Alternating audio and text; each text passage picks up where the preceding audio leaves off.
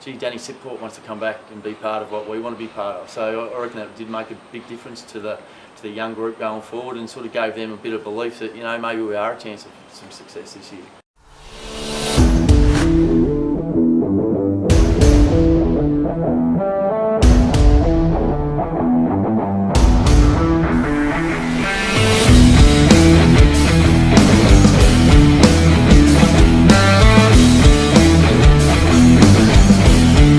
The success was continual based on how the under-18s were travelling as well. On grand final day, it was double success for the club, with the under-18s winning in the morning and then going on for the seniors. And then, you know, I guess the success continued because the reserves got their win in 2008, which was great.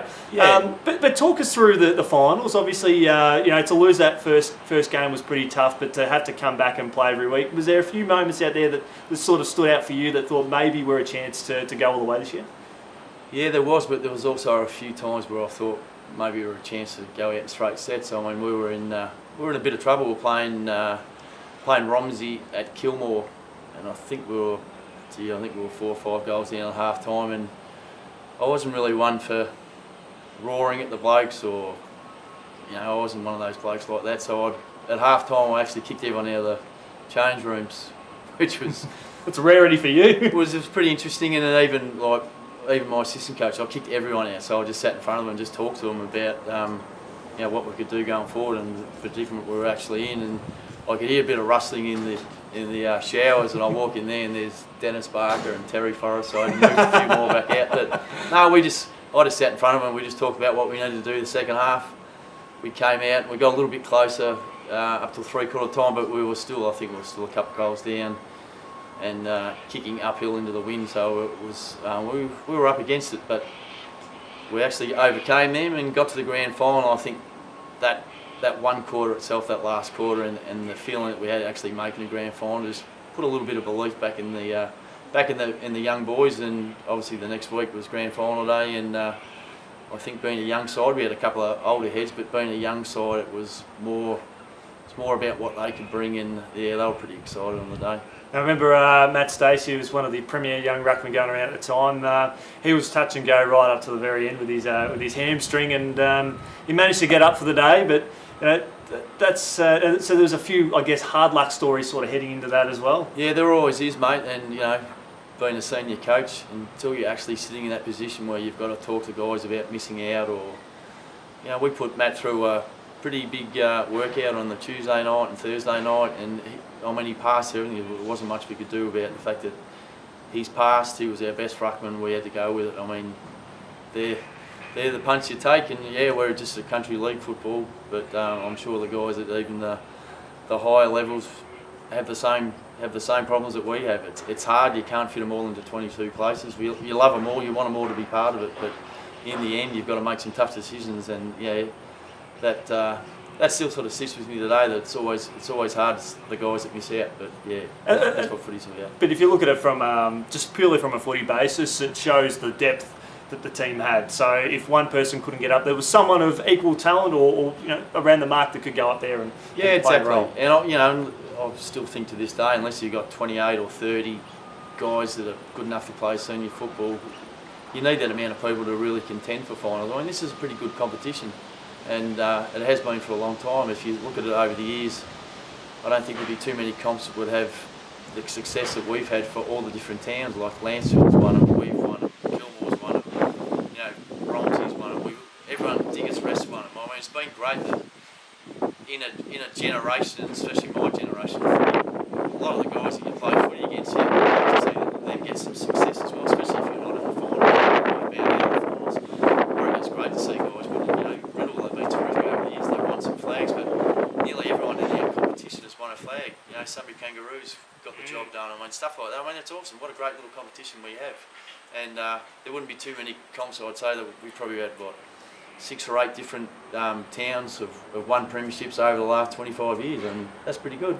Grand final day, mate. The under-18s go out and do a magnificent job. A big important premiership for them to win, given that I think their last time in a grand final was 2004, where they had to come back the following week. So to get the monkey off the back there, and EJ I think he was in his first year as coach as well. He took them to the promised land.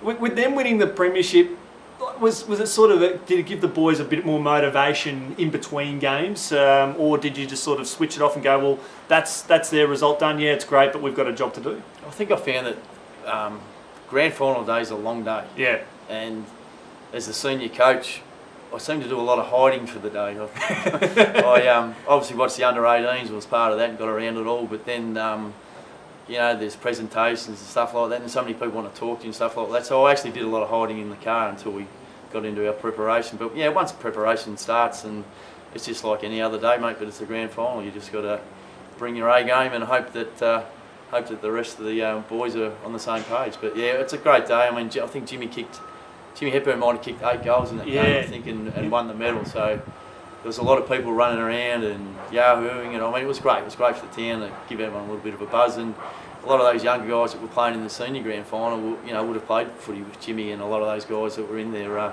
last year under 18. So I'm sure it gave them a little bit of a buzz. But yeah, great day. Facing Riddle, who I think they won the premiership, the last few premierships heading into that game, and they ended up being one of the powerhouses of that generation. They're not going on to win the flag in 08. Yeah, that's right.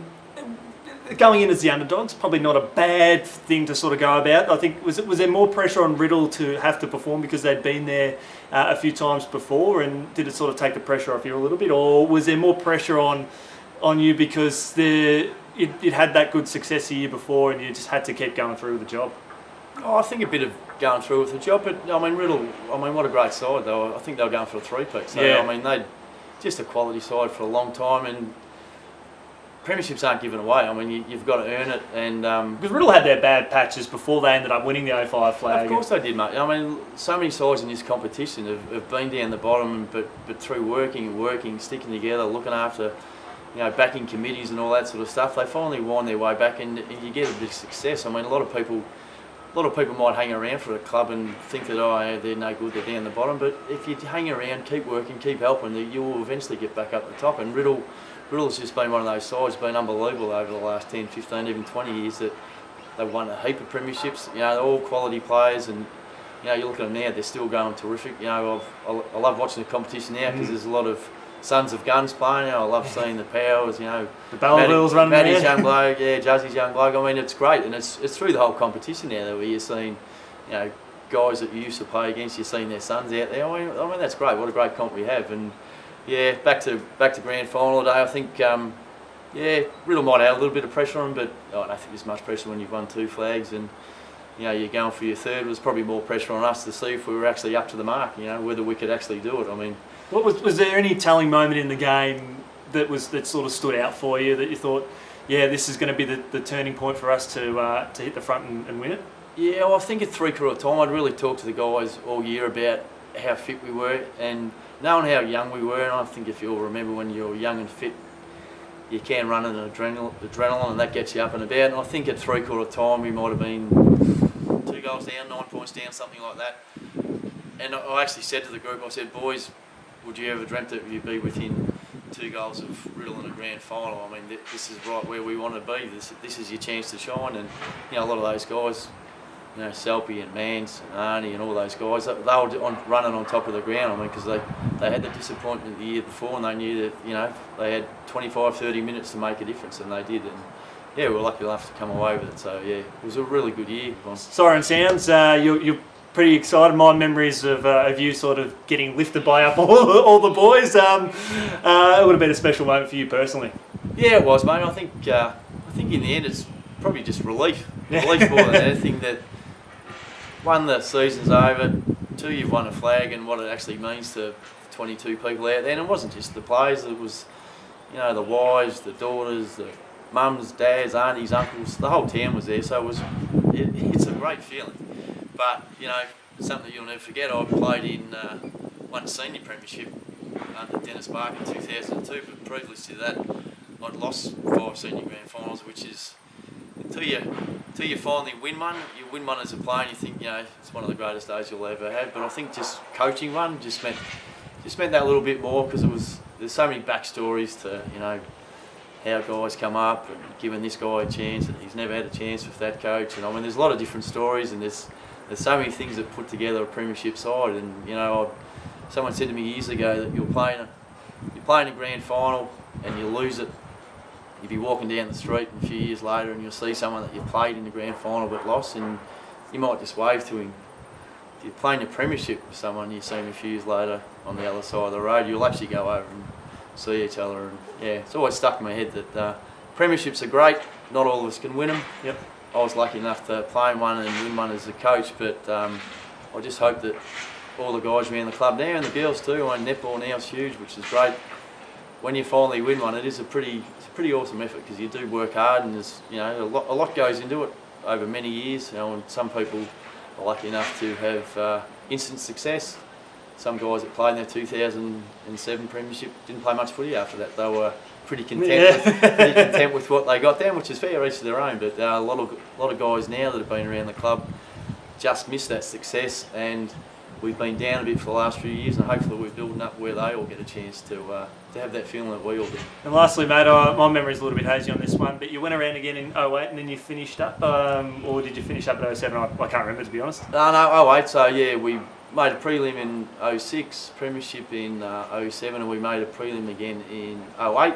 So yeah, we were up and about. We were a really competitive side. So yeah, I mean, we just need to get our club, which I think we're on the right track. We're doing a great job. We've gone back to really just getting all our young blokes up and about, and the netball, the same thing. We really started. Kelly's done a great job trying to get those girls, you know, starting in a young age, and in a few years' time they're really going to be contending for a premiership, which is obviously what we'll play for. Magnificent. Well, thanks so much for joining us here on Hawks TV and giving us a chance to walk back down memory lane and having a look at the 2007 premiership win, which you were the senior coach of. Thanks so much for joining us, and keep up the good work with all you do in footy, mate. Good. Thanks, Andy.